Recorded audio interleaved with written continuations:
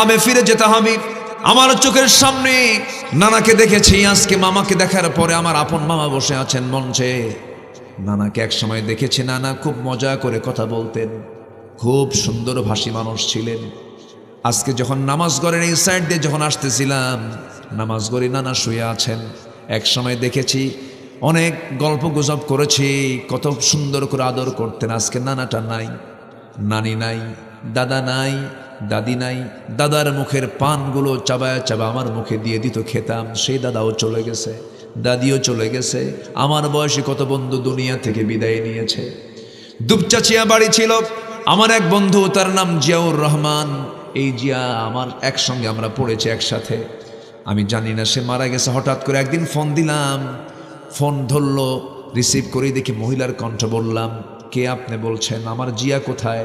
কে জিয়া নাই, কোথায় বেড়াতে গেছে? ফোনটা রেখে কোথায় গেল? ফোন রেখে তো কোথাও যায় নাই, ফোন রেখে সে কবরে চলে গেছে। এই তো দুনিয়ার নিয়ম। একটু ডান বাম তাকায় দেখি, আমার তো বন্ধু আমার বয়স অনেকেই নাই, আমার বাপ নাই, মা নাই, দাদা নাই, দাদি নাই, নানা নাই, নানি নাই, অনেকের অনেক কিছু চলে গেছে। আমিও চলে যাব রে ভাই, কিন্তু আমি কি করব? সব সম্পর্ক শেষ হলেও আমার সম্পর্ক নষ্ট হবে না যার সাথে তিনি আমার কে কে কে আল্লাহ। আল্লাহর সঙ্গে সম্পর্ক নষ্ট করা যাবে না। যা চাওয়া দরকার আল্লাহকে বলবো।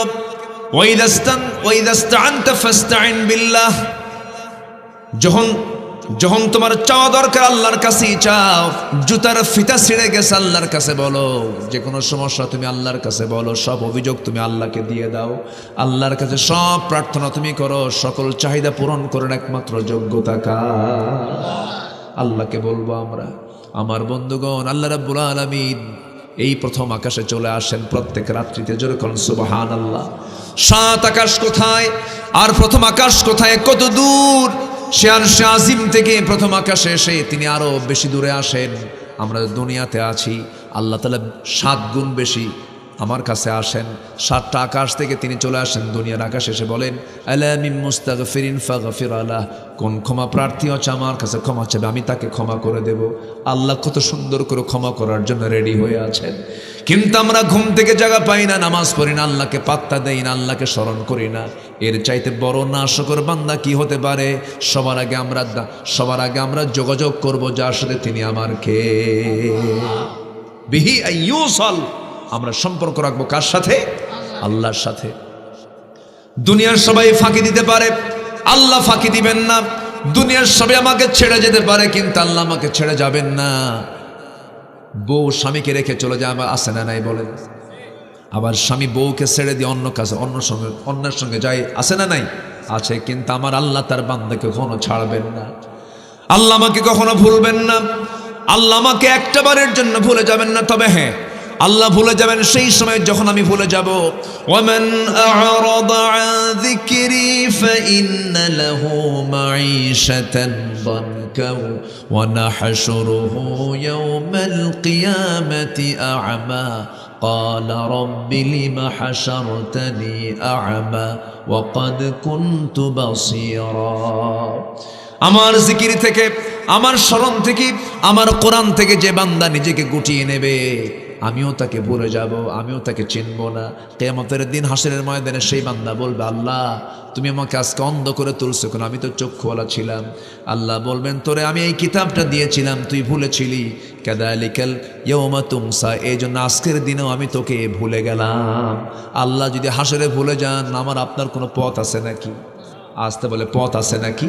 পথ নেই। এই জন্য কাউকে ভুলে গেলেও কিন্তু আল্লাহকে ভোলা যাবে, আল্লাহকে ভোলা যাবে না। আল্লাহকে কাছে নিতে হবে সবচাইতে। আমার আল্লাহ আমাকে কত ভালোবাসেন, সায়েন্টিফিক একটা তথ্য আমি প্রায় দিয়ে থাকি, একটু শুনুন, কান লাগায় শুনুন। আমরা যেখানে বসে আছি এখান থেকে আকাশ কি 2 মাইল দূরে নাকি? 3 মাইল দূরে নাকি? কেউ কেটার সংখ্যা জানে নাকি? এত দূরে নীল আকাশ। যদিও নীল আকাশ বলে, কিন্তু আকাশ কিন্তু নীল নয়। ওয়াস-সামাই যাতির রাজা, আকাশের বহু রং আছে, কিন্তু দেখতে আমরা নীল আকাশ দেখি।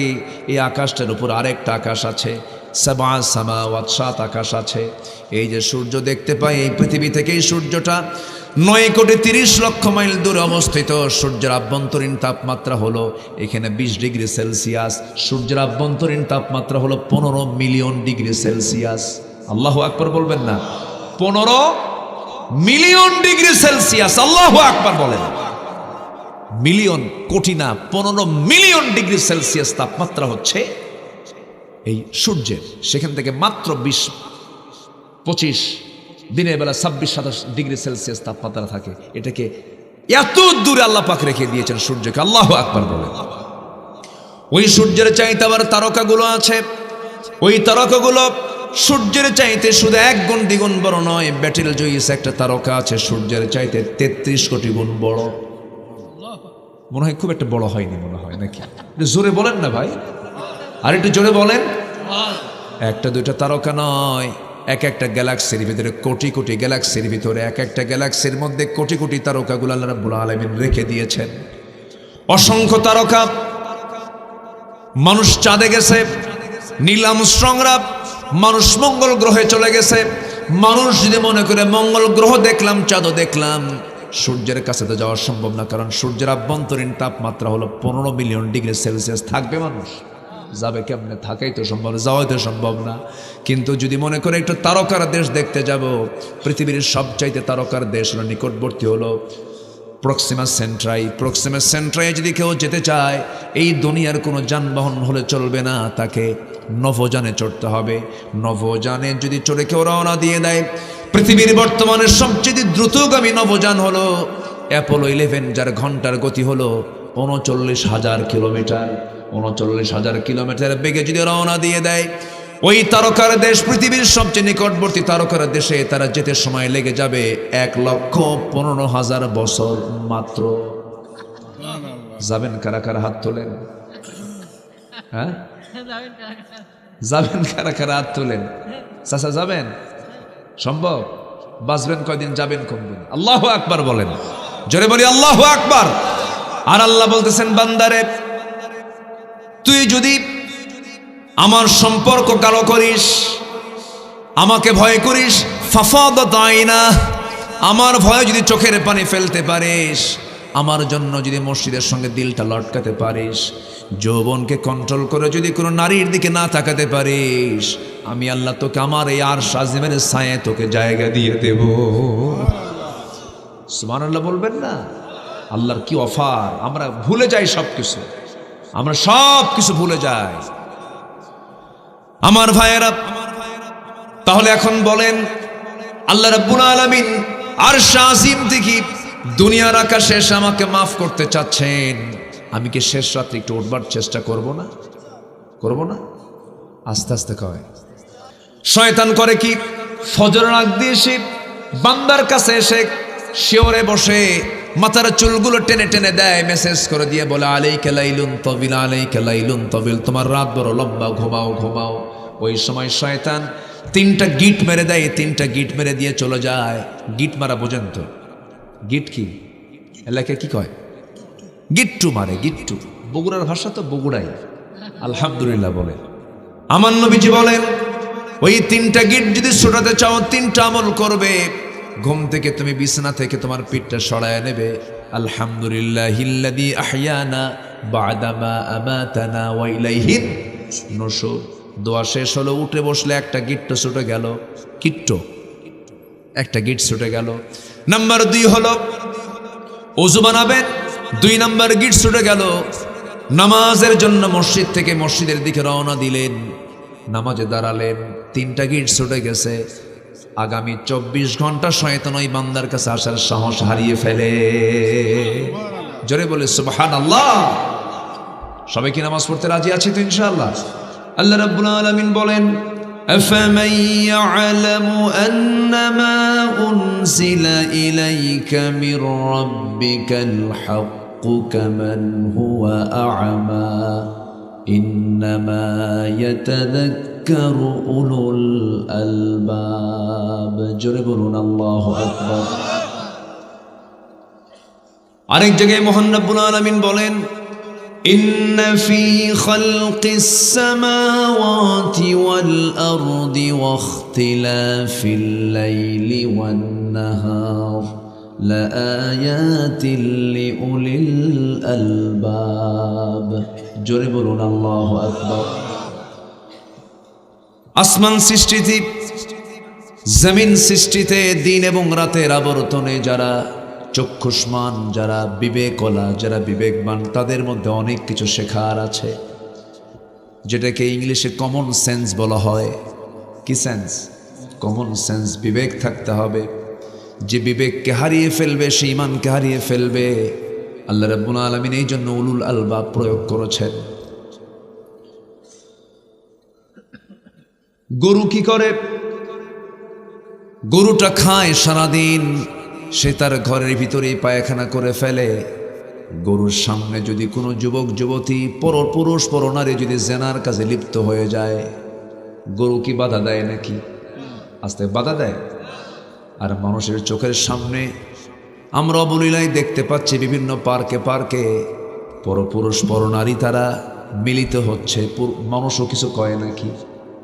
কয় না। তাহলে গরু আর মানুষের মধ্যে তফাৎ কি বলেন? তফাৎ আছে? নাই তো। তাহলে মানুষকে কথা বলতে হবে, আর গরুর বোঝার কোনো ক্ষমতা নাই। একটু কান লাগাবেন।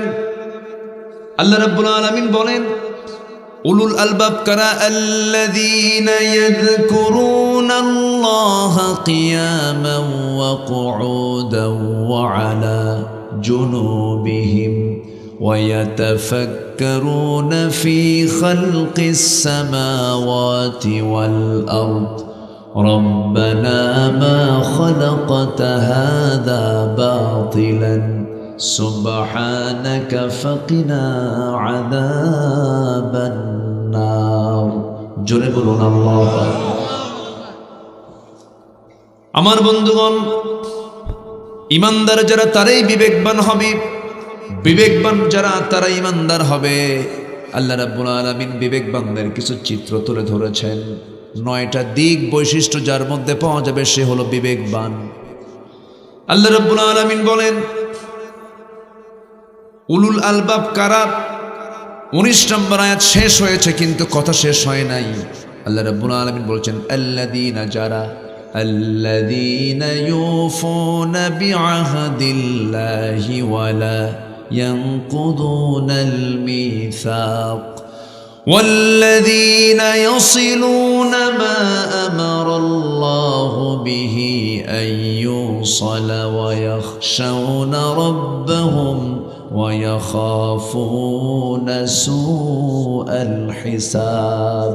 জোরে বলুন আল্লাহু আকবার। 9টা বৈশিষ্ট্য যাদের মধ্যে পাওয়া যাবে তারা হচ্ছে উলুল আলবাব, বিবেকবান। আমার কথা কি বুঝতে পারছেন সবাই? কষ্ট হচ্ছে না তো? বলি আলহামদুলিল্লাহ। আমি এই মুরব্বীকে দেখেছি আজ থেকে আরো 25 বছর আগে। কত বছর? 25 বছর আগে। তখন তার দাড়ি এত পাকে নাই, কাঁচা ছিল। আমি তখন ছোট ছিলাম। আজকে মানুষ বেঁচে থাকলে দেখা হয়। 25 বছর আগে দেখা মানুষকে মনে হয় আজকে দেখলাম, তাই না? এর মাঝে তো আর দেখা হয়নি মনে হয়। রিপন সাহেব আপনার জামাই? হ্যাঁ হ্যাঁ নাকি? রিপন আপনার জামাই না? রিপন সাহেব আপনার জামাই? জি, অনেক আগে দেখা হয়েছে। জি হ্যাঁ, আলহামদুলিল্লাহ। বেঁচে থাকলে দেখা হয়। আজকে কি যৌবন ছিল, সব পেকে গেছে, দাড়ি পাকছে, তারপরে দাঁতগুলো পড়ে গেছে। এটাই তো জীবন ভাই। জীবন তো একটা বিশাল শেখার জায়গা। কিন্তু গরুর সামনে পরপুরুষ পরনারী জেনা করলো, গরু কিছু বলবে? কিন্তু মানুষের বলার দরকার আছে না নাই? মানুষ কিছু বলে না। অন্যায়কে অন্যায় বলে না, ন্যায়কে ন্যায় বলে না, হককে হক বলে না, বাতিলকে বাতিল বলে না। বিবেকবান কারা? এই 9টা স্বভাব আমরা আজকে একটা একটা করে শুনবো। আমি যতক্ষণ আছি, আমাকে সময় দিচ্ছেন তো নাকি? ইনশাআল্লাহ। যে আল্লাহ কবুল করুন, জোরে বলি আমিন। আমরা চিন্তাশীল হব। আল্লাহ পাক আমাকে চিন্তা করার চিন্তা শক্তি দিয়েছেন। গবেষক হব, গবেষণা করার শক্তি দিয়েছেন। কে দিয়েছেন? কে দিয়েছেন? আল্লাহ দিয়েছেন। গবেষণা করলে পরে চিন্তা করলে পরে চোখে আপনা আপনি পানি চলে আসবে, আল্লাহর প্রতি মহাব্বতটা বেড়ে যাবে, আল্লাহর মহত্ব বোঝা যাবে। আমার বন্ধুগণ, আল্লাহ রাব্বুল আলামিন জিকির শুধু করতে বলেন নাই, ফিকিরও করতে বলেছেন। ইয়াযকুরুন ওয়া ইয়াতাফাক্কারুন, জিকির করো, ফিকির করো, চিন্তা করো, গবেষণা করো। আল্লাহর সৃষ্টি নিয়ে একটু চিন্তা করে দেখো না। আমার আল্লাহ যা কিছু সৃষ্টি করেছেন, চোখের সামনে যা কিছু দেখো, সব তুমি মানুষ, তোমার জন্য তিনি সৃষ্টি করেছেন। হুয়াল্লাযী খালাকা লাকুম মা ফিল আরদি জামিআ, যা দেখতে পাও সব তুমি মানুষ, তোমার জন্য সৃষ্টি করা হয়েছে। জোরে বলি সুবহানাল্লাহ। আমার ভাইরা, যে সূরার নামটা আমরা শুনলাম, এই সূরাটার নাম হলো রাআদ, যার অর্থ হলো বজ্রপাত। মেঘে মেঘে ঘর্ষণে যে বিজলি চমকায়, এই মেঘটা আকাশে আল্লাহ পাক শূন্যের মধ্যে ঝুলায় রেখেছেন। এর কিন্তু ওজনও আছে। কি আছে? মাইকলা কোথায়? একটু কেমন একটা এক্সট্রা আওয়াজ আসছে, ওটা একটু ক্লিয়ার করেন। ইকো খুব দরকার নাই, একটু স্বাভাবিক রাখেন। মেঘের যে ওজন আছে, এটা আমি জানতাম না। আমি কাতার থেকে আসতেছিলাম, ঢাকা ফেরার পথে বিমান যখন ৩০-৩৫ হাজার ফিট উপরে, দিনের বেলা সূর্যের কিরণ পড়ছে, আমি নিচের দিকে তাকায় দেখি বিশাল এই মেঘের একটা মেঘমালার খণ্ড, বিশাল মাইলকে মাইল। ভাবলাম যে এগুলো কেমনে রাখছে আল্লাহ, এর ওজন আছে নাকি? পরে খুঁজে দেখি কিরণম্বাস নামে কিছু মেঘমালা আছে যাদের ওজন টনকে টন ওজন। কেউ তো সুবহানাল্লাহ বললেন না। এগুলো কি ভেঙ্গে পড়ছে কোনোদিন? কে ঝুলায় রেখেছেন? আল্লাহ। আল্লাহ রাব্বুল আলামিন মেঘের যে ওজন আছে তাও এই সূরার মধ্যে, সূরা রাদের 12 নম্বর আয়াতে বলেন, হুয়াল্লাযী ইউরীকুমুল বারকা খাওফান ওয়া তামআন ওয়া ইউনশিউস সাহাবাস সিকাল। জোরে বলুন আল্লাহু আকবার। আল্লাহ তাআলা আকাশে মেঘগুলোকে ঝুলায় রেখেছেন যার ওজন আছে। যার কি আছে? ওজন আছে। এই শীতকালে বৃষ্টি হয় না বলে আমরা লক্ষ্য করি, দেখবেন পুষ্করিণীর পানি বাড়ে না কমে? এই শীতকালে কমে না বাড়ে? কমে। আমার আপনার বাড়ির সামনে জোলা, আবার কিছু দেখবেন টুকটাক কিছু পানি যেগুলোতে থাকে, সেখান থেকে পানিটা কমে যায়। এই পানিগুলো কমে না বাষ্পীয় হয়? কি হয়? বাষ্পীয় হয়ে যায়। পানিগুলোকে আল্লাহ রাব্বুল আলামিন পিউরিফাই করেন, ফিল্টারিং করেন, সুন্দর করে উত্থিত করেন। আল্লাহ রাব্বুল আলামিন আকাশে তুলে নেন, বাষ্পীয় আকারে মেঘ বানান। মেঘখণ্ডকে আবার বায়ু প্রবাহ করে সুন্দর করে এটাকে বিভিন্ন জায়গায় এটাকে ছড়ায়া দেন। আমার বন্ধুগণ, লম্বা লম্বা কথা শর্ট করে বলছি, যেহেতু রাত সূরার নামে একটু কথা না বললে কেমন হয়। আল্লাহ রাব্বুল আলামিন এই মেঘমালাগুলোকে আমার মাথার উপরে ঝুলায় রাখলেন, কিন্তু একটা দিন ভেঙ্গে পড়লো না। ওই বঙ্গোপসাগর থেকে লবণওয়ালা পানি না তুলে ওটাকে মেশিন সেট করে, যা চোখে দেখা যায় না, আল্লাহ তাআলা বাষ্পীয় আকারে সেই পানিগুলো তুললেন। সুন্দর করে তুলে নিয়ে বায়ু প্রবাহ সৃষ্টি করে যেখানে পানির প্রয়োজন সেই জায়গাগুলোকে পৌঁছায় দিলেন। যে পরিমাণ পানি বছরে এই আকাশ থেকে আল্লাহ রাব্বুল আলামিন নাজিল করেন, সেই পরিমাণ পানি তিনি নিচ থেকে তোলেন, বাষ্পীয় আকারে পরিমাণ মতো তোলেন, পরিমাণ মতো ঢালেন। প্ল্যান কার? এটাকে বলো ওয়াটার সাইকেল। কি সাইকেল? ওয়াটার সাইকেল, পানি চক্র। কিয়ামত পর্যন্ত গবেষণা করে মানুষ পারবে না এটা। আজ পর্যন্ত ব্রেনেই ধরে নাই মানুষের কেমন করে এটা মানুষের পক্ষে সম্ভব। মানুষ তো কিছুই করে নাই ভাই। আমার বন্ধুগণ, আল্লাহ রাব্বুল আলামিন কি সুন্দর করে বাষ্পীয় আকারে পানিগুলো তুললেন। প্রতি বছর এই বাষ্পীয় আকারে পানি জমিন থেকে উত্থিত করেন বাষ্পীয় আকারে 513 ট্রিলিয়ন টন। 513 ট্রিলিয়ন টন পানি আল্লাহ পাক জমিন থেকে তোলেন। আল্লাহু আকবার। বিমা ইমবি কাদারিন, পরিমাণ মতো পানি তোলেন। পরিমাণ মতো, কি মতো? পরিমাণ মতো, পরিমাণ মতো ঢালেন। কি প্ল্যান আল্লাহ রাব্বুল আলামিনের মধ্যে রেখে দিয়েছেন। মহান রাব্বুল আলামিন বলছেন, বান্দাগুলোকে চিন্তা করে দেখো না, এ তো আকাশ নিয়ে বললাম, মেট্রোলজিক্যাল সায়েন্স নিয়ে বললাম, সৃষ্টি জগতের দিকে একটু চলে যান। কয়েকটা দিন আগে আমার সুন্দরবন মাহফিল ছিল। সুন্দরবন দেখছেন? গেছেন কিনা সবাই? যাওয়া দরকার।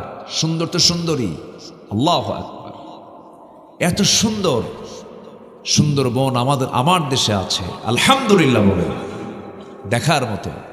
শুধু সবুজ আর সবুজ, মাইল কে মাইল, অসংখ্য গাছগাছালি। রয়্যাল বেঙ্গল টাইগার তার পাহারাদার, যেন সলিমুদ্দে যায়, যেন গাছ না কাটতে পারে, একদম কল্লা মটকায় দেবে। আল্লাহ পাক জঙ্গলটাকে ঠিক রেখেছেন। ওটাকে বঙ্গোপসাগরের ঝড় সাইক্লোন যেন এই সবুজ ভূখণ্ডে না আসতে পারে, প্রাচীর করে দিয়েছেন, প্রাচীর করে। সুবহানাল্লাহ বলেন। বাতাস এসে আগে ধাক্কা খাবে, বাতাসের গতি কমে যাবে, বাংলাদেশ যেন বেঁচে থাকে। আলহামদুলিল্লাহ বলেন। কে করে দিয়েছেন? কে করে দিয়েছেন? আল্লাহ। আর ওই প্রাচীরকে বেঁচে রাখার জন্য দিয়েছেন পাহারাদার কারে? রয়্যাল বেঙ্গল টাইগারকে। আমার বন্ধুগণ, ওই সুন্দরবনের ভিতরে আল্লাহ রাব্বুল আলামিন একটা ফ্যাক্টরি দিয়েছেন। সেই ফ্যাক্টরি বান্দার জন্যই তিনি দিয়েছেন, কিন্তু ফ্যাক্টরি ডিপার্টমেন্টকে আল্লাহ রাব্বুল আলামিন বান্দার জন্য দেন নাই। ওই ফ্যাক্টরি চালানোর জন্য আল্লাহ রাব্বুল আলামিন এমন একটা প্রাণীকে দায়িত্ব দিয়েছেন, যে প্রাণীর নামে 114 সূরার মধ্যে একটা সূরার নাম তার নামে আছে, তার নাম সূরাতুন নাহাল। সূরাতুন নাহাল। নাহাল মানে হলো মৌমাছি। নাহাল মানে কি? মৌমাছি। মৌমাছির ডিপার্টমেন্ট কি বলেন? কি কাম? ওর কাম কি বলেন? মধু। আর মাছির কাম কি? অসুখ সৃষ্টি করো। মাছির কাম কি? অসুখ। মাছি ভালো জায়গাও বসে, হ্যাঁ, ও জায়গা তো বসে। তাহলে আমরা মাছি হব না মৌমাছি হব? বলেন বলেন বলেন বলেন। আমরা আলু হব না মিষ্টি আলু হব? বলেন বলেন। মিষ্টি আলু। মিষ্টি আলু শুধু লবণ দিয়ে খাওয়া যাবে, অন্য কোথাও এটা ইউজ করা যাবে না। আর গোল আলু, চপ থেকে শুরু করে নিয়ে এমন কোনো জায়গা নাই যেখানে আলু নাই। সব জায়গায় চলে। সব জায়গায় কি চলা যাবে? ইমানদার কি সব জায়গায় চলবে? ইমানদার হবে মাছির মতো না মৌমাছির মতো? মৌমাছির মতো। এই মৌমাছিকে আল্লাহ রাব্বুল আলামিন ফ্যাক্টরিতে রেখে দিয়েছেন। কোন ফ্যাক্টরি? যে ফ্যাক্টরিতে পৃথিবীর সমস্ত রোগের ঔষধ তৈরি হয়, এমন ফ্যাক্টরি মহান রাব্বুল আলামিন দায়িত্ব দিয়েছেন মৌমাছিকে। এই মধু নিয়ে কিয়ামত পর্যন্ত গবেষণা হবে। 1973 সালে একজন বড় বিজ্ঞানী গবেষণা করেছেন, কিছু তথ্য বের করেছেন। আমার কথা কি বিরক্ত হচ্ছেন নাকি? একটু কান লাগাবেন, কথাগুলো শোনেন। 1973 সালে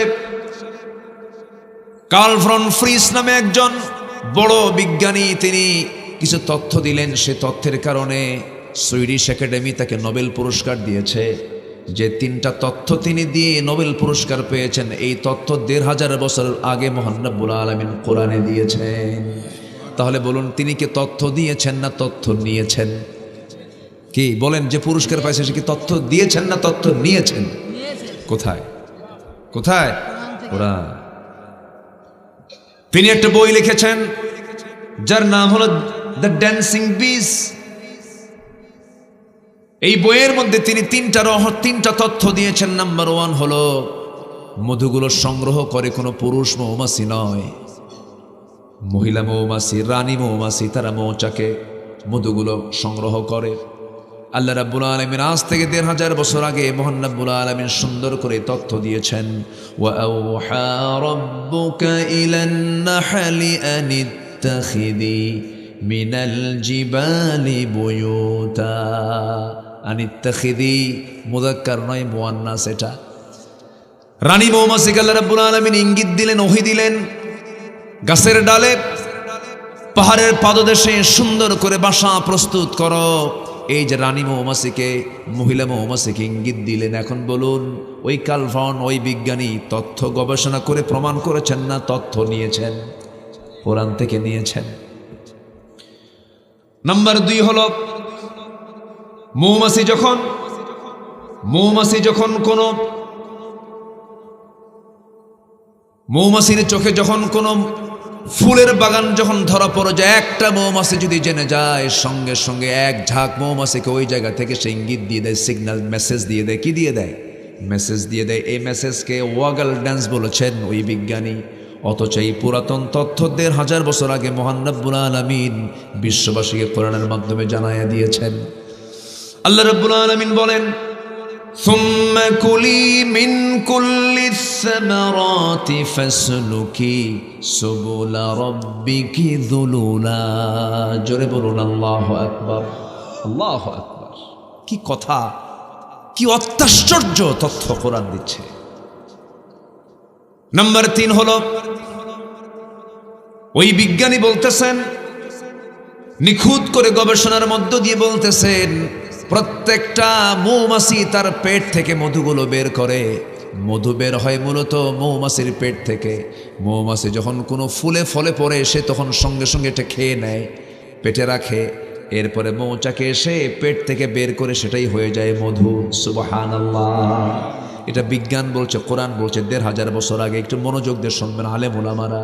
ইয়াখরুজু মিন বুতুনিহা শারাবুন মুখতালিফুন আলওয়ানুহু ফীহি শিফাউন লিন-নাস ইন্না ফী যালিকা লাআয়াতান লিকাওমিন ইয়াতাফাক্কারুন।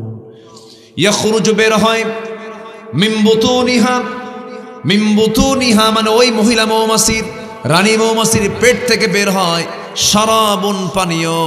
শারাবুন ওই সমস্ত পানীয় যেগুলো মুখতালিফুন আলওয়ানুহু নানা রং বেরঙ্গের, আলওয়ানুহু নানা রং বেরঙ্গের পানীয় বের হয়, মধু বের হয়। ফিহি যার মধ্যে শিফাউল লিন-নাস, এই গোটা পৃথিবীর মানবতার জন্য মরা ছাড়া সমস্ত রোগের ঔষধ যার মধ্যে মজুদ আছে।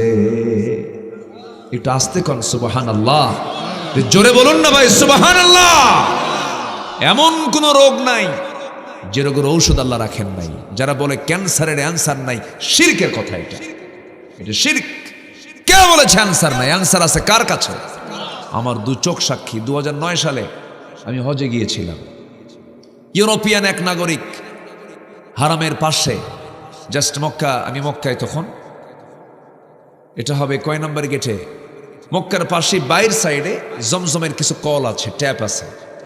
তো সেখানে দাঁড়ায়া খায় সামান্য আর শুধু দেহে ঢালে, জমজম ঢালতেছে। আমি ভালো, এটা একটু অপচয় অপচয় মনে হচ্ছে। আমি তাকে গিয়ে বললাম, ভাই আপনি এরগুলো করতেছেন কেন? জমজম তো আপনি বোতলে নেন অথবা নিয়ে যান, সমস্যা নেই, কিন্তু গায়ে ঢালতেছেন কেন? তো উনি আমার দিকে থেকে আসে, তুই আরবিও বোঝে না। পরে আমি দেখলাম যে মনে হয় ইংরেজি বলতে পারে। আমি কিছুক্ষণ তার সঙ্গে একটু কথা বললাম, বুঝলাম উনি বলতেছে আমার একটা প্রবলেম, আমি এটা করছি। কেন? 20 দিন আগে আমি এসেছি মক্কায়, আমার স্কিন ক্যান্সার।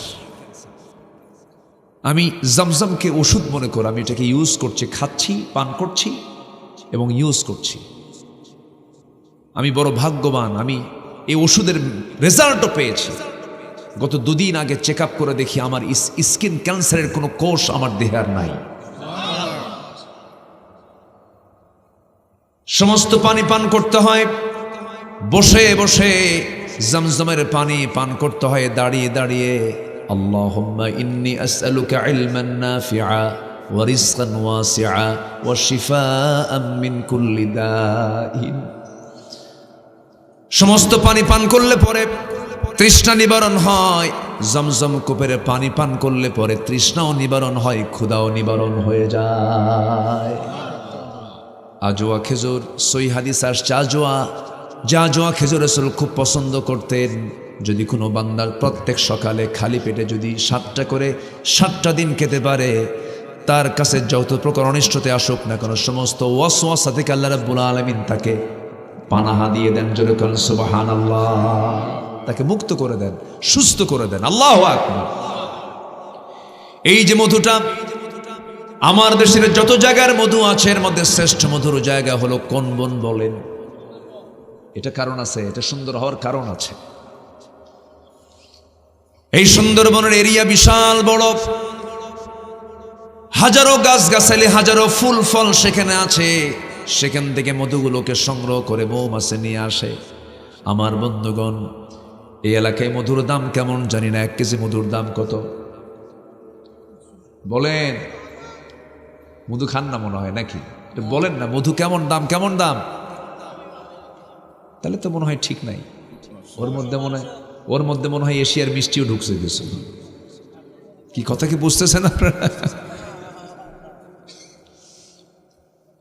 আমরা এতটাই সন্দেহপ্রবণ, আমরা এতটাই ভেজাল হয়ে গেছি, মৌচাক না দেখা পর্যন্ত 1000 বার বলেও যদি বলা হয় ভাই এটা খাঁটি, বিশ্বাস হবে না, কারণ আমি নিজেই তো খাঁটি না। আমি কি ভুল বলতেছি? ভালো হবে কেমনে দেখেন আমার বন্ধুগণ, পৃথিবীর কোনো মানুষ মধুকে টাকা দিয়ে মূল্যায়ন করতে পারবে না, টাকা দিয়ে মধু কিনতে পারবে না যদি শ্রমের দিকে চিন্তা করা যায়।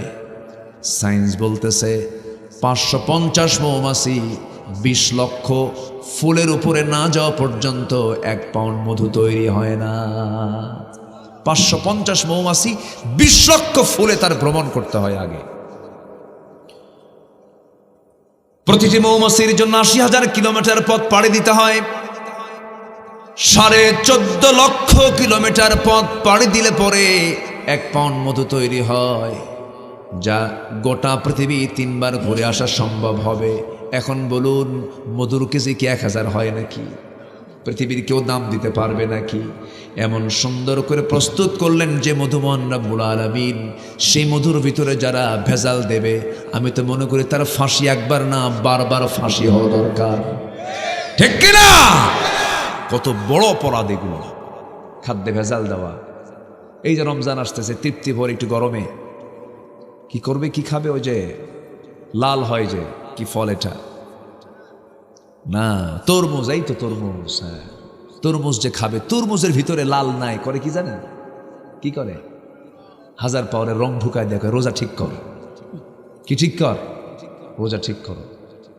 এগুলো যারা করে এদের ধরে ধরে হাত পা ভেঙ্গে পুরো করে দেওয়া দরকার।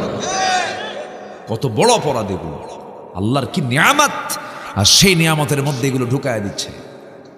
হারামের কোনো আরাম হবে না, এগুলো করা ঠিক না। এই মৌমাছি নিয়ে যদি আমি আরো 1 ঘন্টা কথা বলি, সূরার নাম তেমনি সূরাতুন নাহল দেন নাই।